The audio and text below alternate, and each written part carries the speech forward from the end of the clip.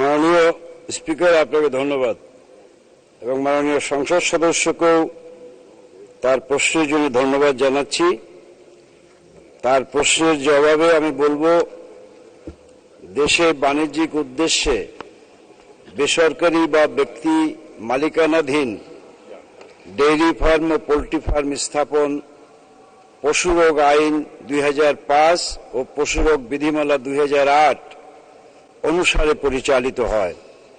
পশুরোগ আইন 2005-এর ধারা 16(1) খ এবং পশুরোগ বিধিমালা 2008-এর বিধি 18-19 মোতাবেক বাণিজ্যিক ডেইরি ও পোল্ট্রি ফার্মের নিবন্ধন প্রদান করা হয়ে থাকে।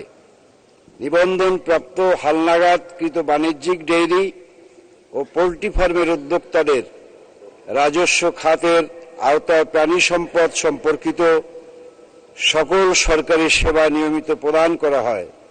এছাড়া উন্নয়ন প্রকল্পের আওতায় উপকরণ, সুবিধা, প্রশিক্ষণ ও প্রণোদনা প্রদানের লক্ষ্যে সুফলভোগী নির্বাচনের ক্ষেত্রে নিবন্ধিত খামারের উদ্যোক্তাদের অগ্রাধিকার প্রদান করা হয়।